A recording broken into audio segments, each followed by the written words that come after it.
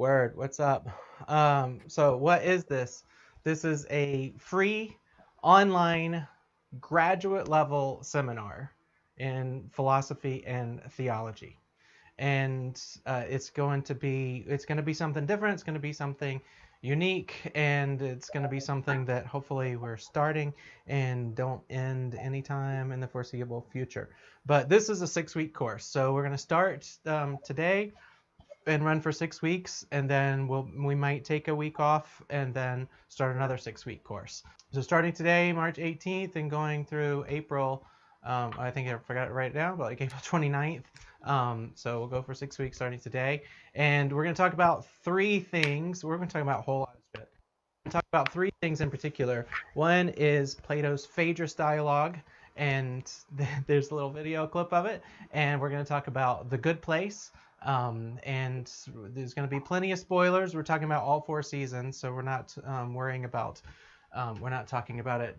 We're talking about it as a whole, and we're going to talk about Good Omens. So Good Omens is Neil Gaiman and Terry Pratchett book, which is also a six episode mini series on Amazon Prime. And we're not going to have spoilers on that. We're going to talk about episode 1 today. And then we'll talk about episode 2, 3, 4, 5, 6. So no spoilers on that other than episode 1. We'll have spoilers on episode 1 today. And all right, let's go to. I wish I could snap, and then I would just change the background. I can't snap, my dear. So yeah, again, I can hear them, but y'all can't hear them. So I don't know how. Okay, no, don't change it though. All right, so here's how it's going to work. So we're going to run for 6 weeks, live streaming it on YouTube, live streaming it right now. And we're going to meet every Thursday at 6 o'clock and go for, it says regular college length, so 6 o'clock until 7:15. And even though we may be in good conversation when 7:15, other people need the room, so we got to get the hell out. But it's going to run concurrent with Google Meet. So I'm looking at some folks here now on the Google Meet that are my peeps, my people that help me feel.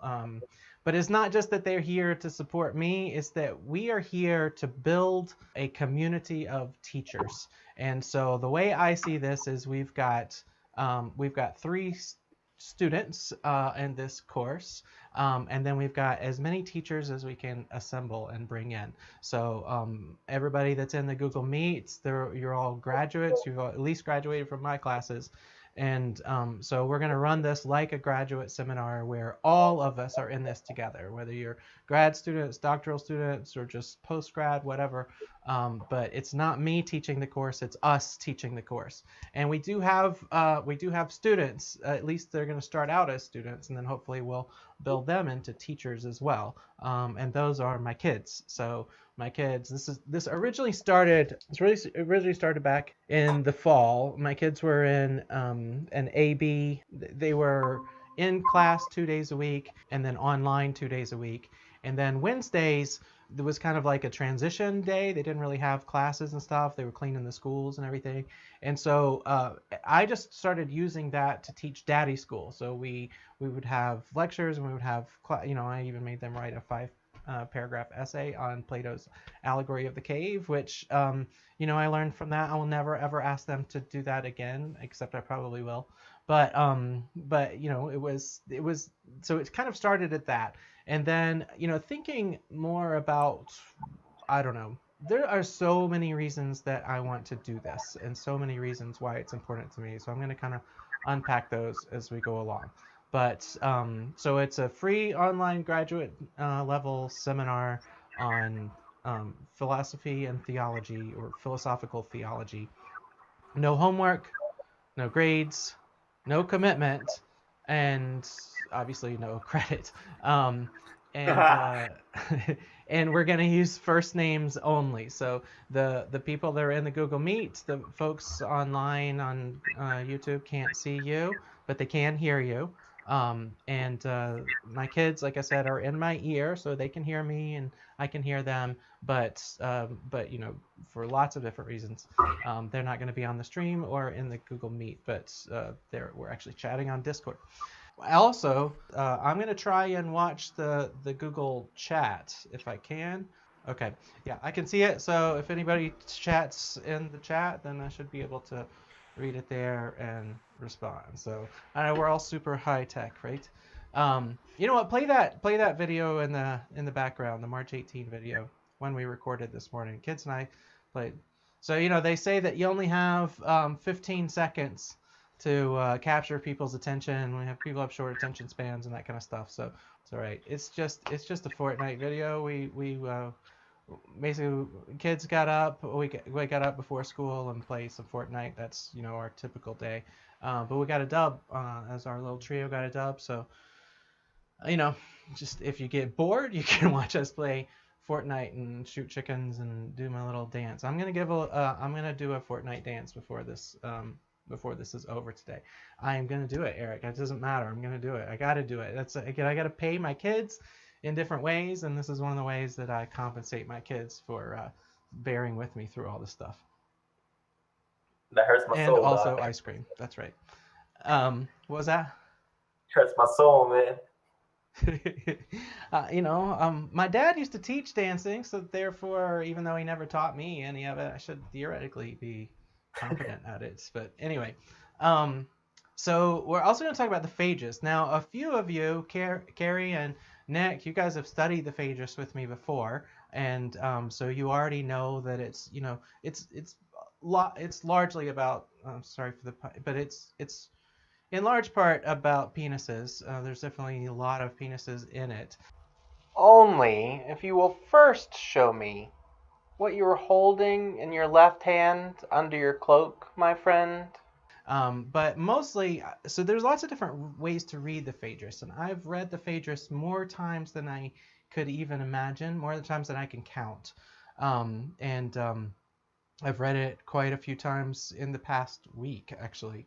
And there are a lot of different ways to read it. Every single time I read it, I discover new things and I read it from different perspectives. It's a rich, rich text which has so many layers to it and so many themes to it. And for this, so I usually have used it in the past for my philosophy of human person course. But this time I want to use it not to talk about human person as such, but instead to talk about teaching and the relationship between so I'm calling this course the reorientation of desire. And so reorientation of desire is one definition we could give for ethics. And interestingly enough, I think it would also be a really competent definition of marketing. So it's interesting even to think about the fact that marketing and ethics at their core essentially have the same definition, that that ethics is about the reorientation of desire, cultivating a desire for a certain good, right? And marketing, likewise, is cultivating a certain desire for a certain good, but a good in terms of a product rather than a good in terms of goodness, right? Or creating a good society, creating a good something like that. So we're also going to talk a bit today, at least, about this kid named Paolo Frierry. And I wanted to pop up a couple pictures of him, but I just didn't get that done. But Paolo Frierry is well, let's see, I got some stuff about him. He was born in, I think, 1920. He was raised during the Great Depression in Brazil. He spent he spent pretty much all of his childhood hungry. He was starving to death. His family was starving to death. Everybody around him was starving to death.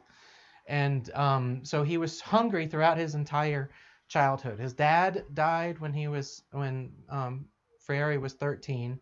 And he, overcame a lot in order to get to college. He majored in phenomenology, which is what my specialty is in. And he rose up to become a visiting Harvard professor in 1969. And he's just really one of the most influential thinkers about teaching and pedagogy in the 20th century. And he's also his thought has been deeply influential in what we call liberation theology, liberation pedagogy, liberation everything. It's all about liberation. And it's about not just what is being taught, but the way that things are being taught. It's about cultivating building a community of teachers. So some of y'all who've been in my class before, you might remember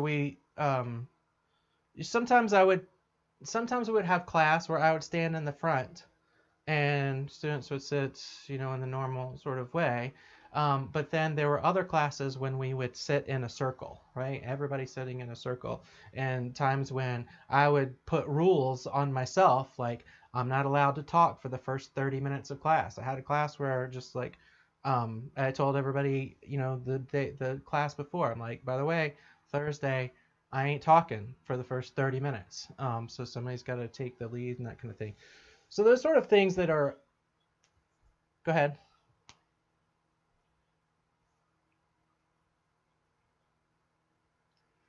That's right. Yeah.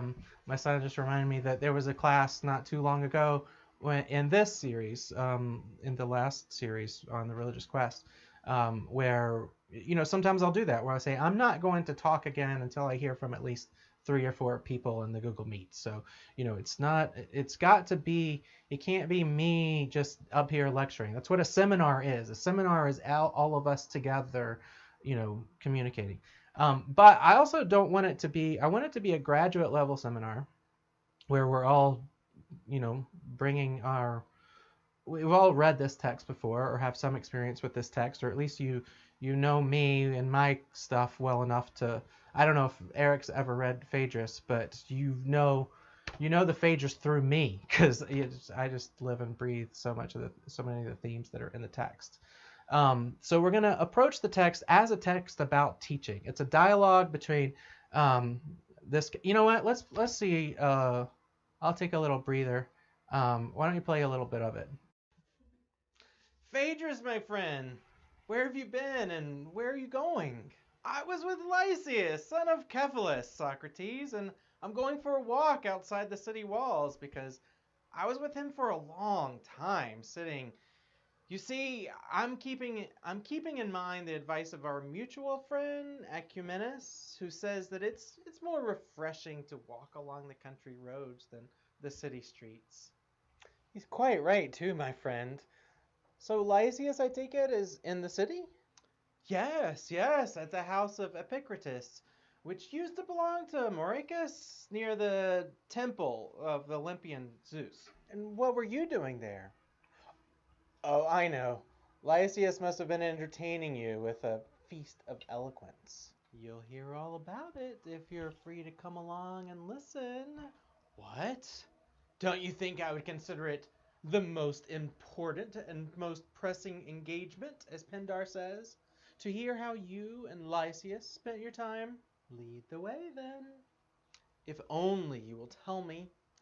In fact, Socrates, you are just the right person to hear the speech that occupied us, since, in a roundabout way, it was about love. It's aimed at seducing a beautiful boy, but the speaker is not in love with him. This is actually what is so clever and elegant about it. Lysias argues that it's better to give your favors to someone who does not love you than to someone who does. What a wonderful man.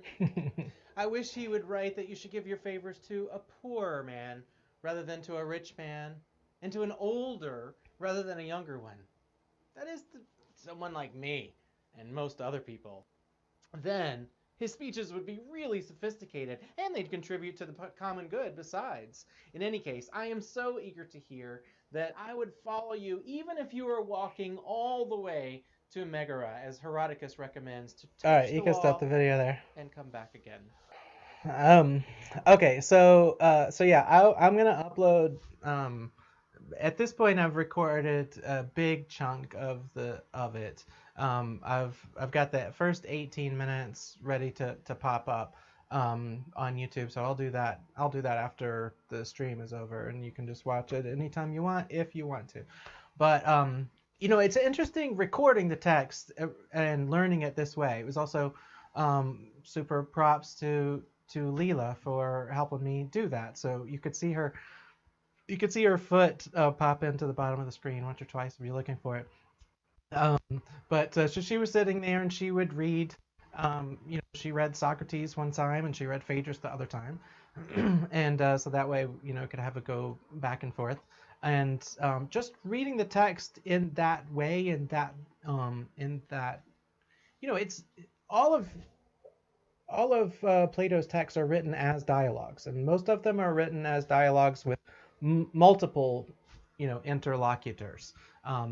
Socrates believed that Socrates insisted on teaching in the agora, in the marketplace, and so that's part of why I'm putting this on YouTube, is because it's important, I think, to put this out there in the agora, in the marketplace, where that's where philosophy happens. This particular text, Phaedrus, is unusual because it does not take place in the marketplace. It's the only one that doesn't take place in a city.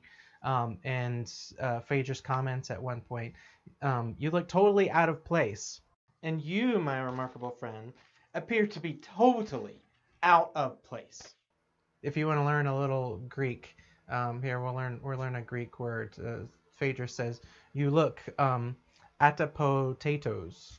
So atapotatos is means you look totally out of place. You look outside of your element. You're outside of your comfort zone, right? And so what he means with you're what did it say? Atapotatos. Cyrus loves potatoes, so it's just a fun word, right? Atapotatos meaning outside of your comfort zone, out of place, right? And so this is a dialogue that takes place in nature. It takes place in nature. They're sitting around. They're surrounded by out of potatoes, right? They're out of potatoes. They're out of their place. So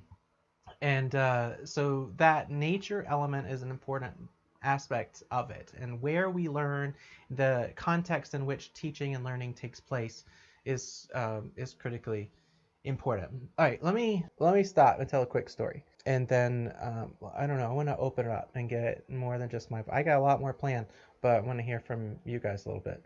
Shift it up. Just a quick story. I've been so we have chickens here, right? And so we have a bunch of chickens and way too many roosters.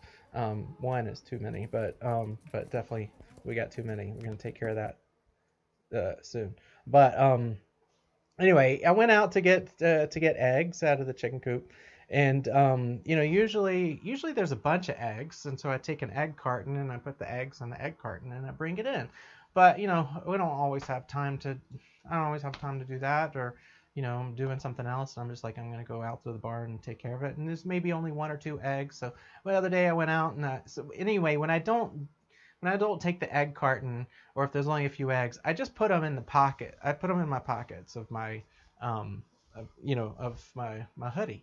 And so I put 4 eggs in my pocket, 3 eggs in this pocket and 1 egg in this pocket. And then I came inside and I took the 3 eggs out of this pocket and put them there, but I forgot about the egg in the other pocket. It was late at night, and I was just feeling I don't know, like I needed a nap. And so I laid down on the couch, and my back was hurting because I pulled a muscle out in my back. So I just I took, rather than reaching over for a blanket, or a pillow, I just took my hoodie off and I kind of balled it up on the couch and used it as a pillow. So then I woke up around 2 o'clock in the morning on the couch, with my hand soaking wet because eggs don't make good pillows. Anyway, that's the whole story. Let me tell one other story. So this when I was doing my doctoral studies, so 3rd-year doctoral studies, at least in my program, you had to do comprehensive exams. So comprehensive exams, it was I loved it because basically they paid me a stipend. I was not allowed to do any other jobs. If I took the stipend, I had to agree not to take any other jobs. And the stipend was just for me to study. So I spent a full year just studying, just reading. My professors gave me, it was a list of about about 112 texts that I had to read, and included in there were 15 texts by Plato.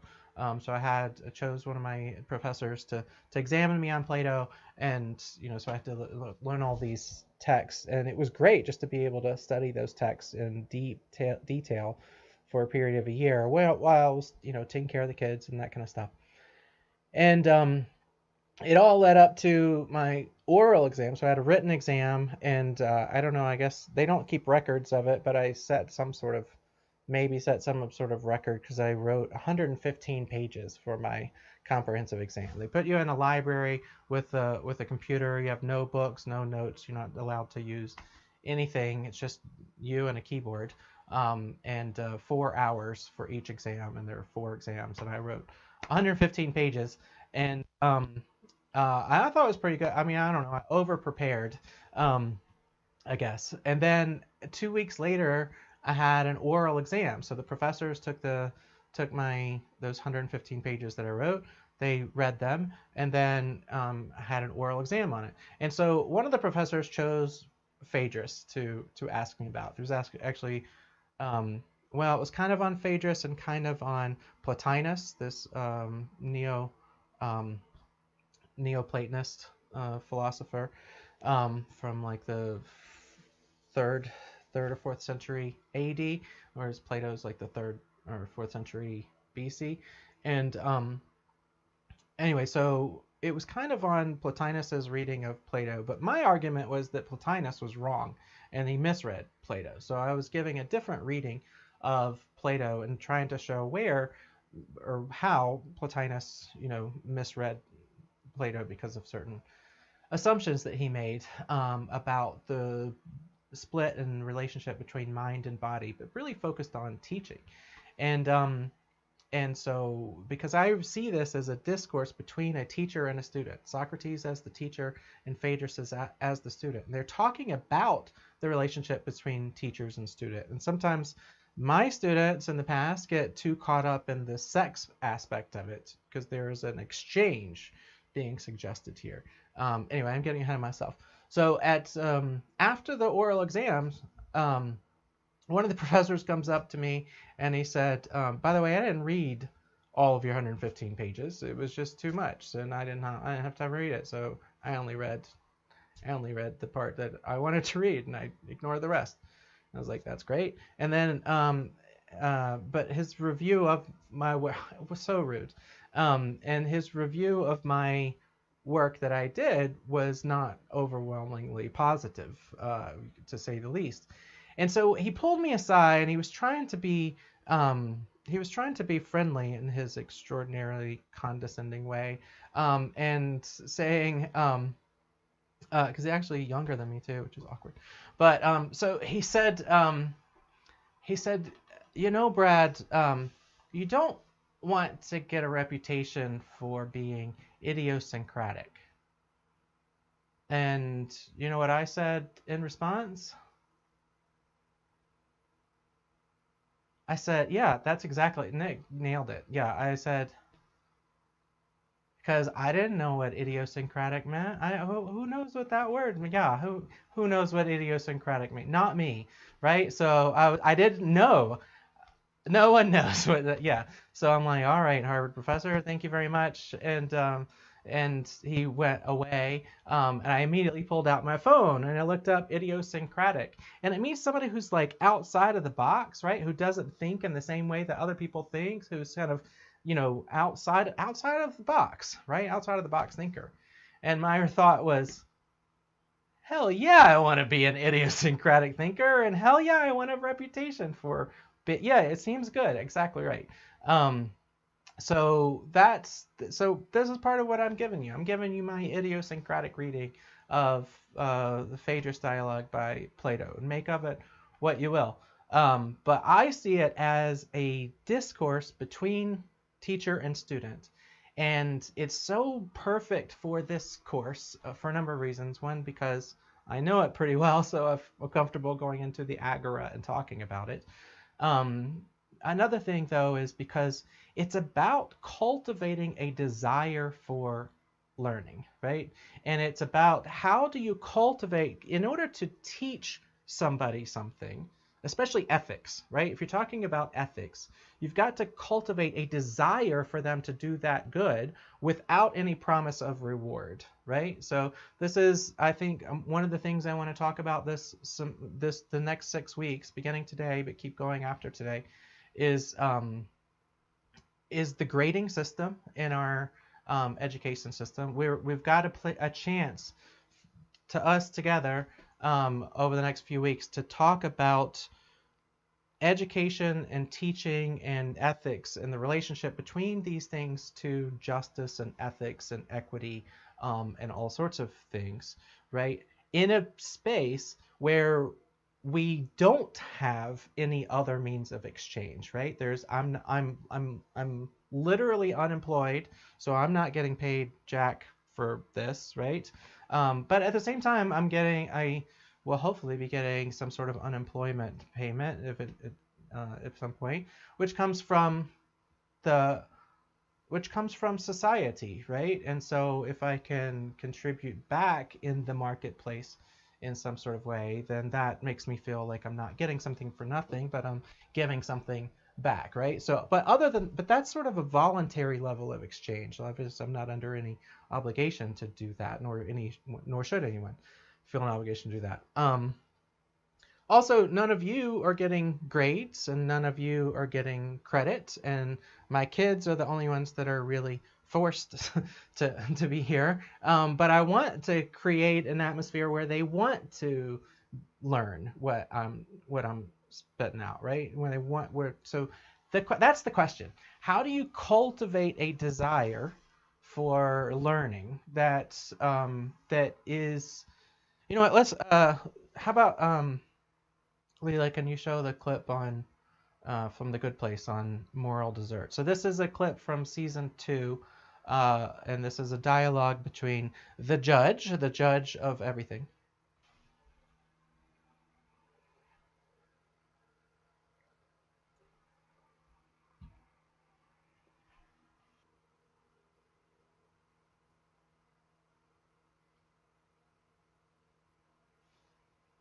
All right, yeah. Pardon me. I need a mute, but I need a cough button. So yeah, so moral deserts is the technical philosophical term. If you don't know, the Good Place is based largely on this text by Tim Scanlon. What do we owe to each other? And so the all was it 4 seasons, 3 or 4 seasons, or all 4 seasons are built around largely built around this particular text.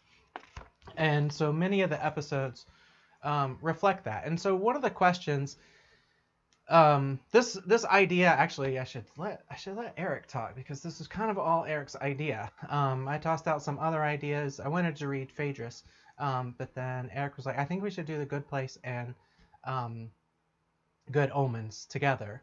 And yeah, actually, Eric, let me stop talking, because I'm talking way too much. And what was it that you gave some ideas about why, or some reasons why you thought those would make a good conversation topics, and obviously I agree with you. But what were some of those reasons? All right.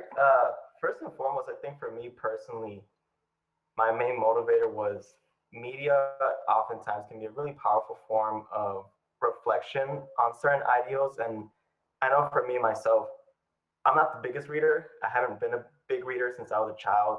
So oftentimes diving into these texts, as important as they are, for me can be quite difficult because my attention span is crap. But what I really do admire is art and the way that art portrays these ideologies. So for me, especially after leaving your class 2 years ago, 3 years ago now at this point, watching these shows like Good Omens and The Good Place and a bunch of other shows, Lucifer, a bunch of other shows that really reflect some of these messages were kind of like a light bulb moment for me. I was like, oh, okay, so this is why we read this text. So even though I may not have understood the text in class, seeing it reflected in this medium of art really held strongly for me. So that's what was my main motivator. But specifically, I think these two shows kind of touch upon our fascination with death, and more importantly, this idea of an afterlife. And I think for me personally, growing up Catholic, there is no bigger metaphor for this idea of doing good for reward than a belief in the afterlife, right? We feel this need to believe in something after death because we need to feel that whatever we went through on earth, whether it's our good actions or our bad actions, somehow have a consequence that goes beyond our earthly or bodily existence, right? So if I suffer and do good now, then I should be rewarded by getting a ticket to heaven. And likewise, people that have done harm to me or people that do bad somehow should suffer or pay for that in hell. And for many of us, that belief is what gets us through both the turmoil and the good in life.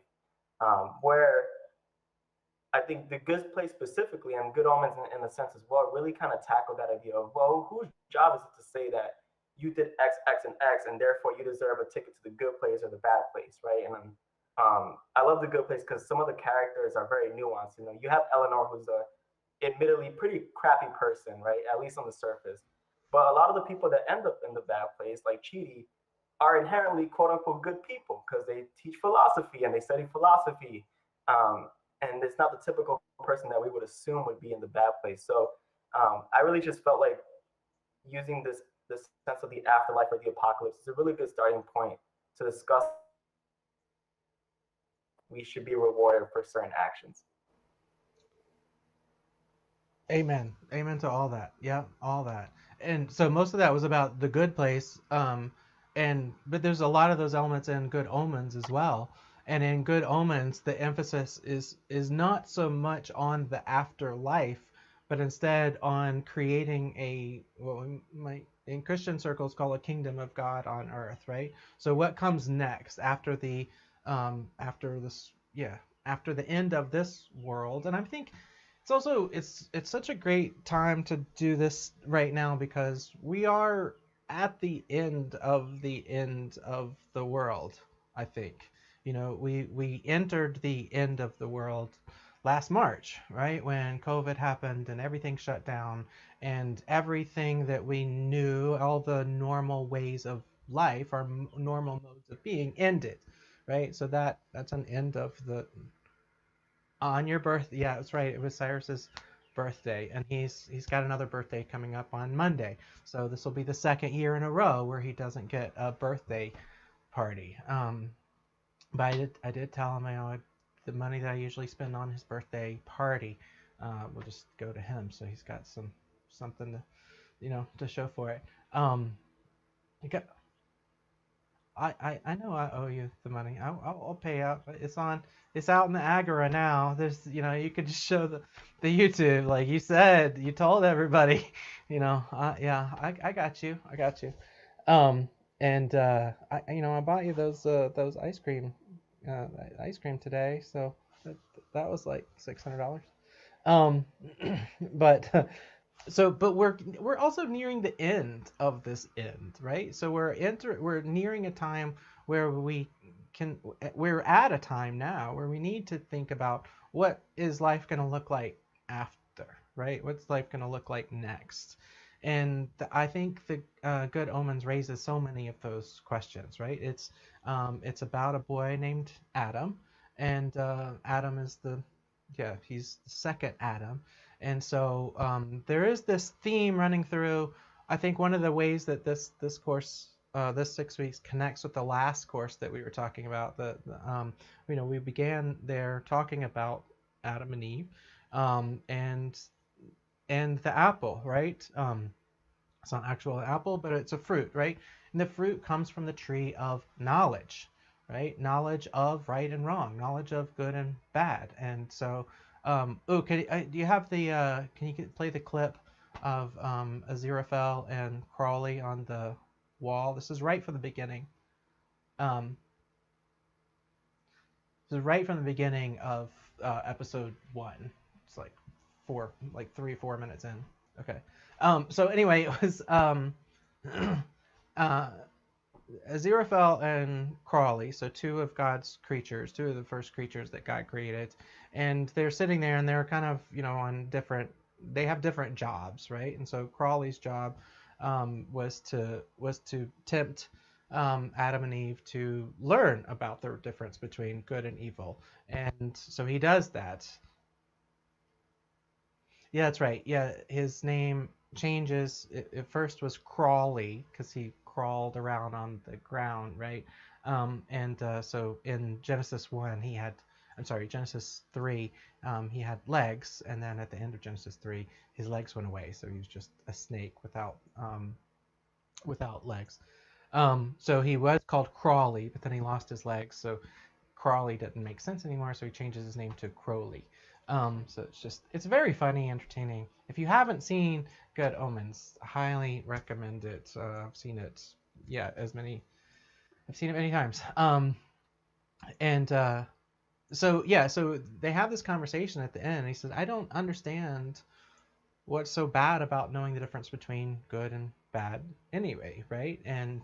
Um, and Aziraphale, the angel, says, well, the plan, God's plan is ineffable. We don't know what the plan is, right? We just have to trust that the plan is going along, right? So this is day one of the plan. Day one of the plan is eating of the eating of the apple. So let's trust in the plan, even though the plan is ineffable. But so that's yeah, okay. And Aziraphale gave away his sword also. Yeah, okay, you have it. You want to play the clip?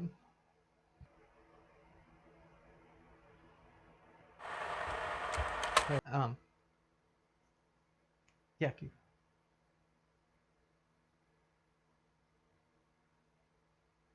Or on the moon.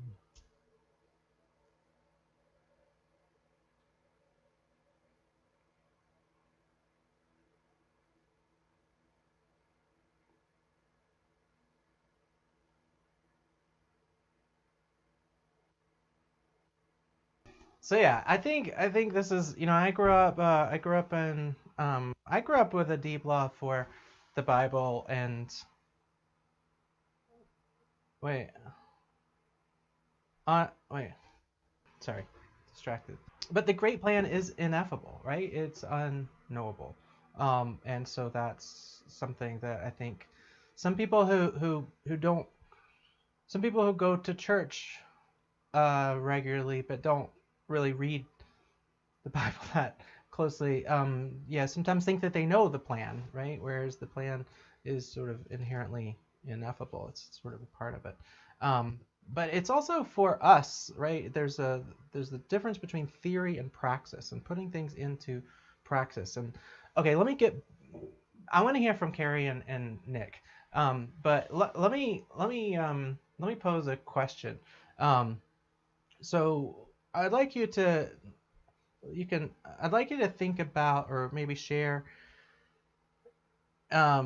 good experiences you've had with professors or in the classroom. You can exclude mine, but think about other professors. I know that you've got so many great professors at Fitchburg State, and and you know and you've also, I'm sure, had some bad learning experiences. I know that I've had my share. One of them I told you about, and another professor in college when I was an undergrad. I did my exam. It was for my piano exam, and when I finished my exam, his response was, "Brad, you're just a waste of space." Um, Literally what he said. My music teacher, Miss Weber, when I was in fifth grade, she said, "Brad, you have no musical ability whatsoever, and I think you should consider taking up a different hobby." So I gave up cello. I took up saxophone. So rude. So I think we all have bad experiences, but what if we start thinking about those really, really good foundational transformative experiences that we've had with teachers and with classrooms? I wonder if we can start to, think about ways to emulate some of those. So you can use professors' names or not. I'll leave that up to you. But yeah, what are some of the classrooms or settings?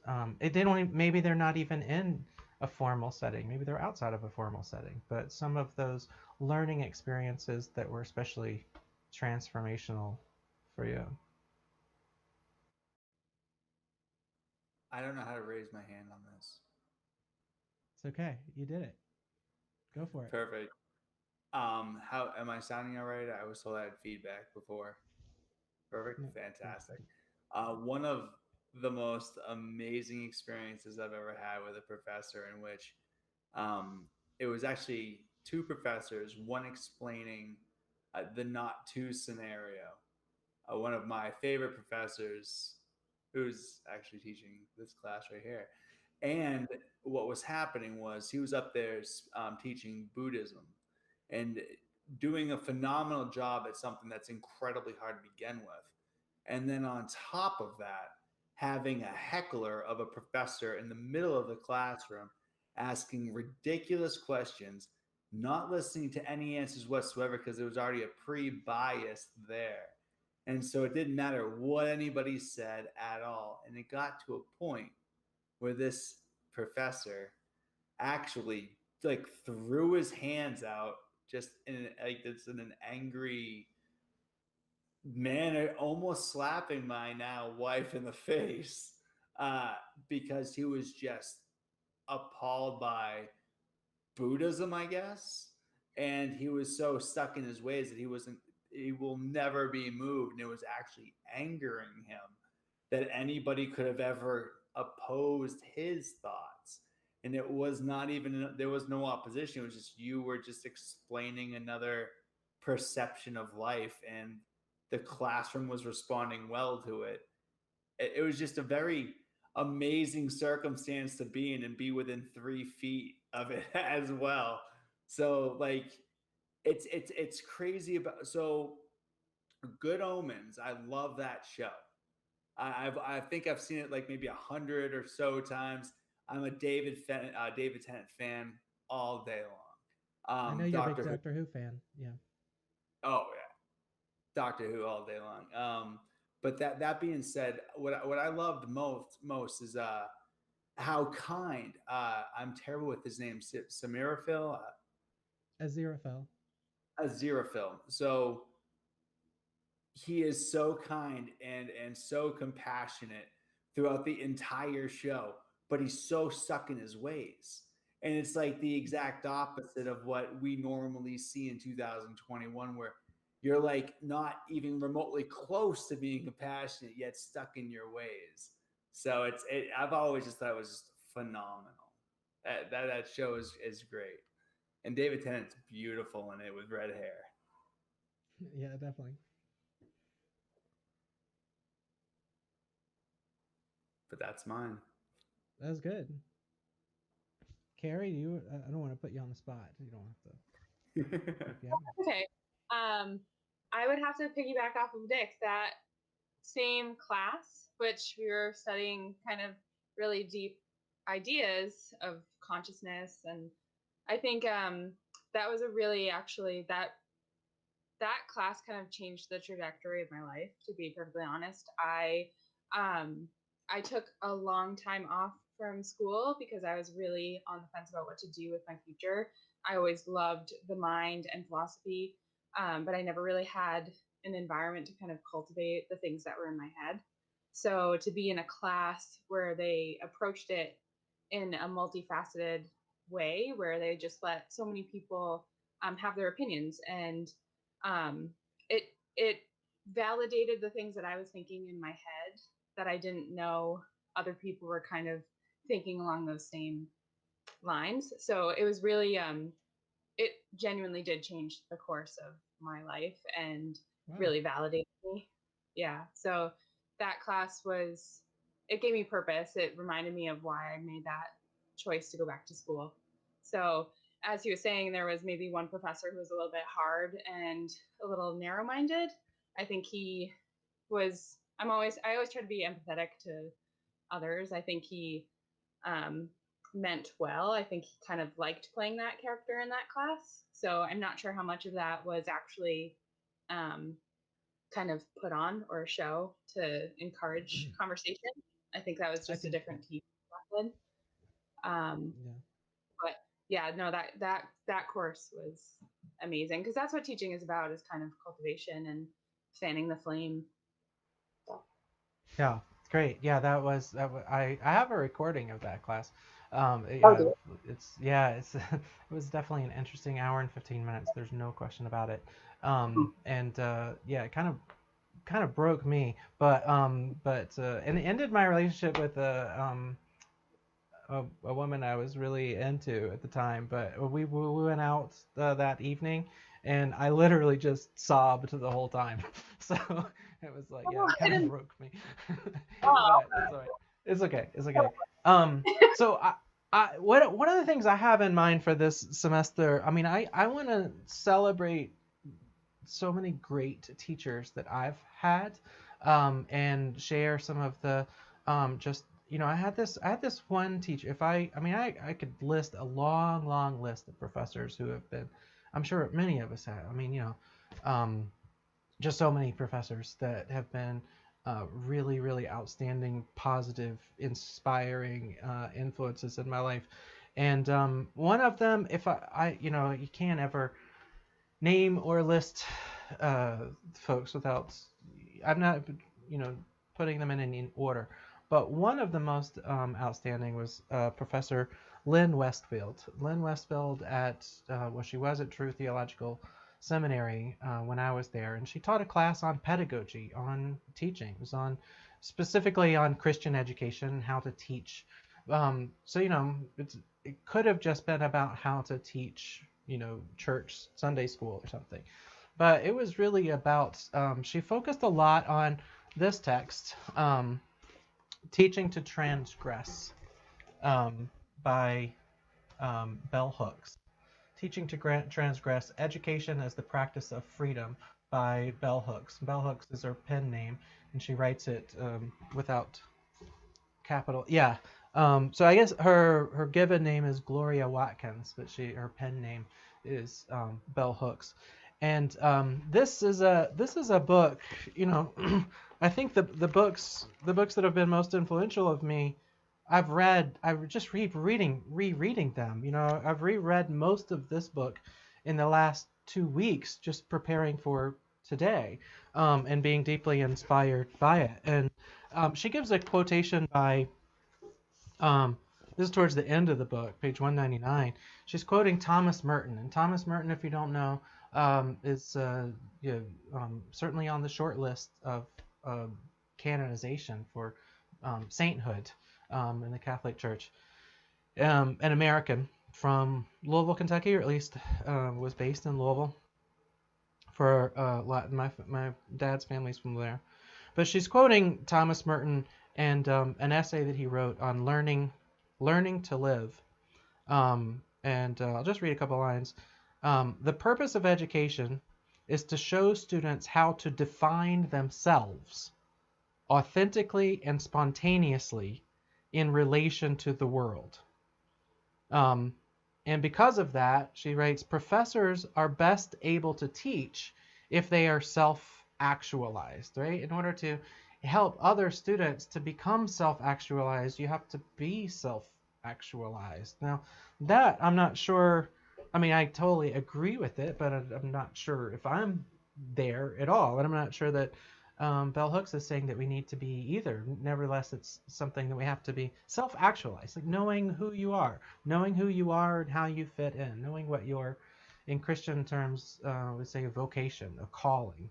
Vocare means to call. So what is your calling? In Sanskrit, the name of the podcast that Eric and I did for a while was Swadharma, right? So finding one's own place. That comes from the Katha Upanishad, which we're going to do in the next 6 weeks. But so yeah, finding one's place in the world and understanding how you fit in to those around you. Being part of a team, which is something I always talk about in all my classes too. Merton reminds us that the original and authentic paradise idea. This is something I think I didn't really notice so much the first time I read it, but because Eric had this suggestion of let's think about The Good Place and Good Omens, in this setting, the idea of paradise, the word paradise, is I gave the etymology of it in the last 6 weeks when we were talking about Genesis 1, comes from it's a, I can't ever remember the word acronym. The letters stand for different words. So like pardes in Hebrew, so peshat and darash and sot and leaving out the second one, but pardes. So the word paradise actually comes from this word pardes, which is a way of, it's a hermeneutics. It's a way, a practice of reading scripture, right? And it needs to be read in group, in with others. And it's about a dialogue that forms around a text. But Merton points out that the original and authentic paradise idea in Christian terms, both in the monastery and in the university, which was patterned after the monasteries, implied not only a celestial store of ideas, like heaven is for Plato, heaven is just a place where ideas are, the realm of ideas. And so in the university, it got the idea that doctors, those who have a doctor, or doctor means teacher, but doctors are those that have access to that celestial paradise store, and then they go and they grab these ideas and then they just, throw them at students, right? Give the students these ideas. So I'm here to just like grab these ideas and then sprinkle them into your heads or make little deposits, right? This sort of one idea, what Paolo Frierry calls the banking system. Like, I'm just here to make deposits of information in students' heads. But he said the original idea, though, implied not a celestial store of theoretical ideas to which the magistery, meaning the leaders, the powerful people in the church, and the doctors, the powerful people in the university, held the key, but instead the inner self of the student, the real storehouse of ideas is inside one's heart, where your heart is, right? It's you find that within what Saint Teresa of Avila calls this inner castle, this right, this inner storehouse where God is in there, not up there, right? So that to tap into that is to discover the ground, the inner self of the student, who would discover the ground of their being in relation to themselves, in relation to higher powers, and in relation to the community, right? So self, world, and God, those three first principles of philosophy. That the fruit of education, quoting Merton here, the fruit of education was in the activation of that utmost center. To restore passion to the classroom, or to excite it in classrooms where it has never been, professors must find again the place of eros within ourselves, and together allow that mind and body to feel and know desire. So there's a reason I'm calling this the reorientation about desire. And the way I understand good teaching is not about finding the right words to use or the right visuals to show or that kind of stuff, but instead trying to tap into that desire to learn, but a desire to learn oneself and how one fits into everybody else. And what Hooks and Paolo Frierry, but especially Bell Hooks, emphasizes is that a good teacher doesn't just teach. A good teacher creates a community of teachers, right? And so I think this is, now, I mean, some people know more and some people know less. Some people are younger and some people are older. So this is my idea for how, regardless of how many folks come, are available on Thursday nights, at least I'm going to be here and my kids are going to be here, and we're going to be talking about these topics. And what I'm kind of trying to do is invite as many folks as possible to help me do that, right? So that we are, as a community, creating a community of teachers that, and eventually I don't want my kids to just be passive recipients receiving this information tossed in, but to feel self-actualized. I mean, they're very young right now, so to feel self-actualized and confident enough to be able to teach others in that same way, right? To recognize one's swadharma, one's inherent dharma, your particular place within the overall dharma is to recognize your vocation in Christian terms, your calling, what makes you who you are, and how that fits into the to the society. Now, one last thing, and then I'll do the Fortnite dance, and then I'll ask you guys to talk. This dialogue between Socrates and Phaedrus, there's so much in it. There is nothing there. Every single sentence, every single word just seems to be imbued with so much meaning that I'm overwhelmed by what an incredibly rich text it is. But at the end of the day, this is a passage that we talked about in the last 6 weeks as well, where Socrates says, it comes down to this exchange. The teacher has to prepare the student, get to the student to this point, where the teacher sees in the student this, what Socrates calls the image of God within the student, right? And so there's lots of different kinds of students, lots of different kinds of, not everybody's the same. So some are in the image of Zeus, some are in the image of Ares, some are in the image of Hera, some are in the image of, I don't know all the, I don't know the 12 Olympiads, and I'm not going to focus so much on that.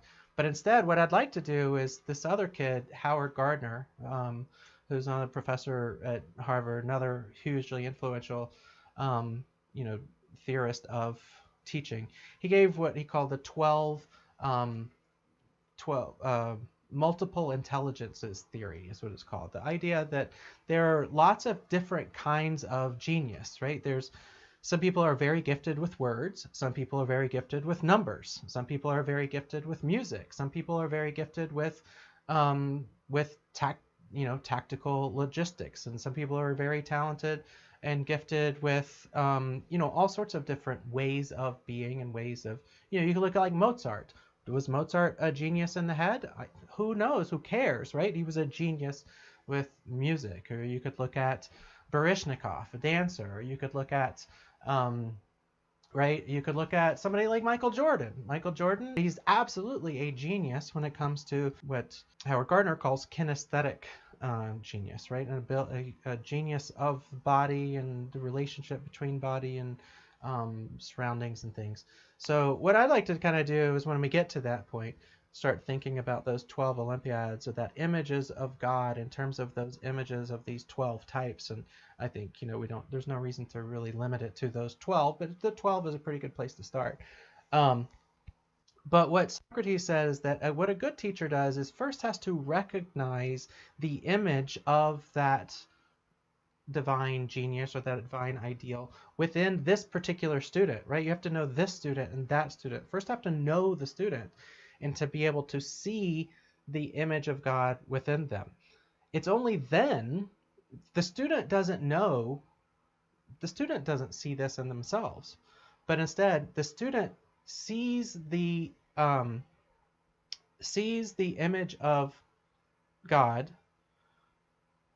reflected in the eyes of their teacher, right? So as they're gazing into the eyes of their teacher, they see their teacher looking back, but the teacher isn't just seeing them or their bodies, but instead is seeing the image of God within them. And that is what sparks the inspiration. That is what causes this reorientation of desire. Then a student, I had a student at Fitchburg, I think it was in Carrie's class, she was a fantastic. Yeah, like the picture, I should show, there's a picture of Morpheus looking at Neo, and you see it's actually a picture of Morpheus, and he's wearing shades. I should get the picture, but he's wearing shades, and you see Neo reflected in the eyeglasses, in the shades of Morpheus, right? So it is an illustration of what happens in Plato's Phaedrus, where the student sees his own image, his or her own image, reflected in the eyes of the teacher. But this one student at Fitchburg State, we were talking about, I think she was in lacrosse or field hockey, one of those, and started talking. Asked about great teachers, and she said, "Well, the greatest teacher I've had was my field hockey or lacrosse coach." I get the two confused. I know they're totally different, but anyway, her coach, right? And she said, my coach saw something in me that I didn't know was there, saw something in myself that I didn't see, that my teacher, my coach, believed in me in a way that I didn't believe in myself. And that was enough to get me to get out of bed every morning and go to the gym. That was enough to get me back to the practice field every day because my teacher believed in me. And that was what inspired her to become the best, let's say lacrosse player that she became, right? But that's exactly what Socrates is not just talking about, but performing in this text. Even though I love you dearly, I'll never, as long as Lysias himself is present, allow you to practice your speech making on me. So, last thing, I'll do my dance. But that's Hooks and Frierry and Gardner and Lynn Westfield and all of these great inspiring teachers that I've had over the years have emphasized that it's one thing to have theory, right? It's one thing to talk about philosophy, but theory needs to be reflected in the praxis, in the practice, right? And I think this is that idea.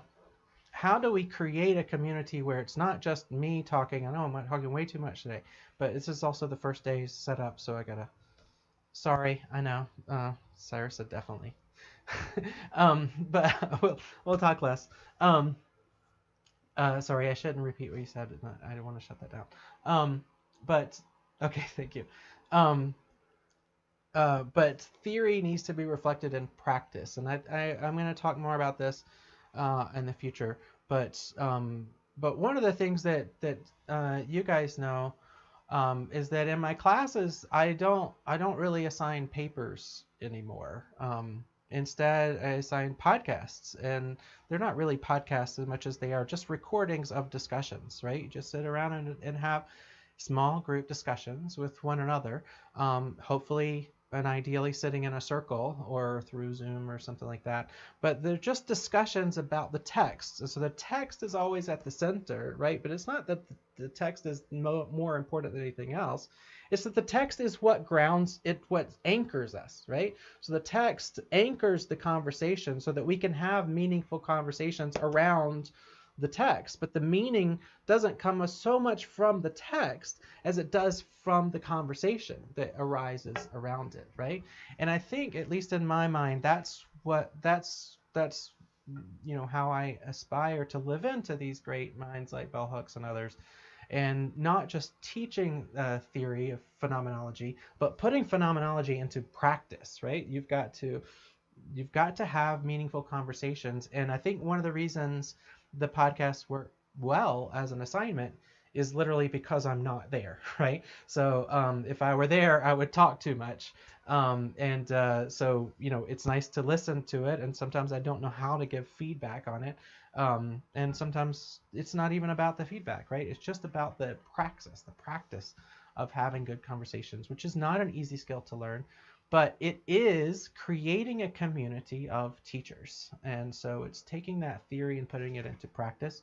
And so that's what I want to do. And I'm going to open it up to you guys. Reactions or thoughts, or what you want to get out of this, or what you want to see going in the weeks ahead, if you're able to join us again, or invite others to come and play in the sandbox. But yeah, my apologies to Eric, but I gotta do the dance. So there's in Fortnite, there's like this T dance where you do this, like, I don't know, I was trying to get, we need to have a little clip of it, but yeah, so here's my little T dance. So it kind of, the trick is in the hands, right? You got to start right. It's got to be like, you got to kind of curl, right? It's all about the curl. Yeah, that's right. Yeah. So then and then you just kind of like roll it down.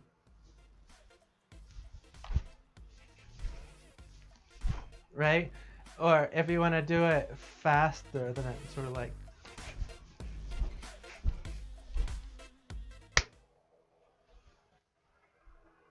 Gorgeous. That was gorgeous, sir. Gorgeous. Thank you. Thank you.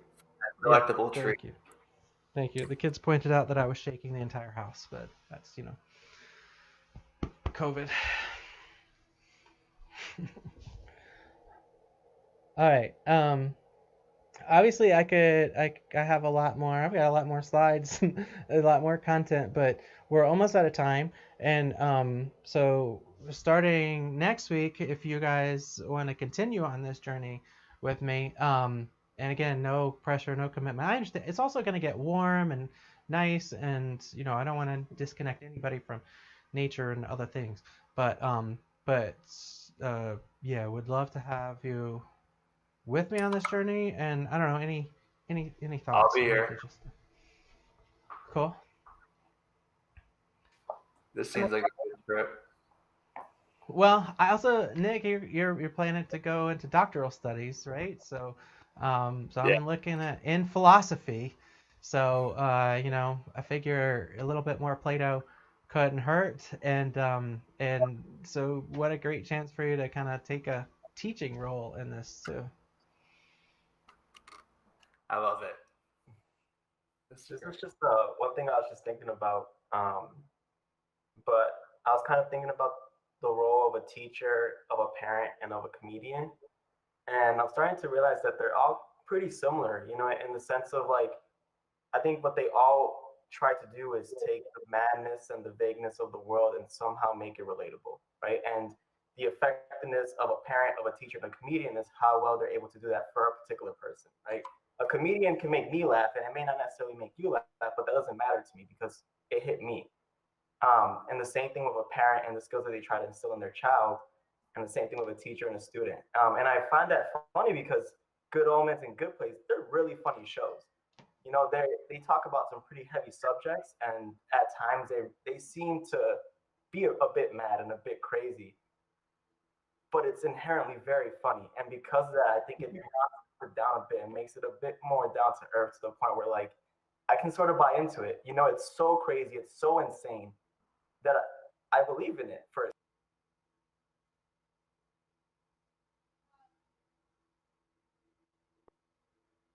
Wait, am I? I couldn't agree with you more. That just like not just about comedians, but it kind of reminded me. I'm an artist, so that idea of kind of putting a little part of yourself out there that's vulnerable, but you do it in the hope of not only getting it out of yourself, but that someone can come along and see that little bit of your soul is now out in the world, and maybe help kind of shed light on these other kids or other people that you can create these things. And it's a little part of, and it's an extension of your soul out in the universe. So I think of people like Van Gogh, who they saw him as mad, but really he was just mad with passion and mad with his creativity, and very misunderstood. And I feel like we have so much of that in our society, of just people who, they might not understand it, but it doesn't mean that it's not very real for the people who are creating it or involved in it. Very cool. Van Gogh is amazing. Super misunderstood. I love Van Gogh. I do too. He's my favorite artist, not necessarily my favorite painter, if that makes sense. I'm just fascinated by his mind. Yeah. You nailed Carrie, it. if I'm not forgetting, you also you do some work. Bannon, you're on mute. I'm on mute, guys. Okay, I'm back now. I don't have any control. Yeah, Carrie, if I'm not mistaken, you work in like metallurgy, metal works, right? You do some of your art is in metal work. Yeah, I kind of I do just a bunch of different stuff. I do oil paint, ceramics, and then I went to welding school to do like metal art. Yeah. Very cool. So it's interesting you guys brought up madness. I mean, maybe because of me and I'm insane. But in this text, in Plato's Phaedrus dialogue, which you can also find free on there, but I'm going to put the whole text in video. So I don't know. I think it's interesting if you get a chance to watch it rather than read it. I think it's a different way of engaging with it. You're doing this entire thing on video? Yeah. Fantastic. Thank Yeah, Thank and only part of it, the first part of it's going to be that what you just saw, me with myself. But that would get tired after a bit. So yeah, the next big chunk, one of my neighbors, a good friend of mine who's also has a lot of experience acting and screenwriting kind of stuff. So we perform it together. Um, but um, but yeah, so it's intended to, there's just so much I think you notice when it's sort of acted out and now of course reading it and performing it is also a form of interpretation. So you don't necessarily have to agree with my interpretation. My interpretation is definitely coming through in the way that I perform and read it. If you were to read it, then which many of you have, which I know Carrie and Nick have, then you could take away other things from it. Um, but anyway, in that text, he does talk a lot about madness. He outlines these four different kinds of madness. Some they're just, you know, insanity or something like that. Another kind of insanity mentions one type of insanity comes from grief, right? Like just being overwhelmed with when people are in PTSD or tragedy, then they lose their minds a bit. But that, as he points out, that losing their minds, like we were talking about the Fisher King in the last class, right? So I mean that would be somebody who's a victim of severe PTSD who's created an alternative reality which from the outside looks crazy, but for him it's a coping mechanism, right? So it's this is exactly the first or second kind of madness that Socrates talks about. But the fourth kind of madness is an inspiration, a kind of possession by God or a possession by the muses, a possession by nature, being in tuned with those around you, so that you're no longer, to quote Paul from Galatians, no longer oneself, no longer I who live, but Christ who lives in me, right? No longer oneself, but no longer someone else either. So there are different kinds of madness, and so the question is how to cultivate that sort of desire in someone else. Looking at the clock, and we're out of time, and I definitely want to stop on time. So thank you all very, very much for joining me, and especially special welcome to Carrie. So thank you very much for popping in here.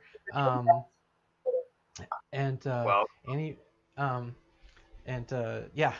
Anyway, all right, and big, big, big thanks and props to my kids for they worked not Yeah. just not just over the past hour and 15 minutes, but I had them doing all kinds of stuff, recording those clips, and we had to do a run through yesterday for sound, and yeah, they're putting a lot into this, and so yeah, thank you to them, and thank you all for yeah joining me in the agora. Thank you. Thank you so All much. right, peace out. Peace. Peace.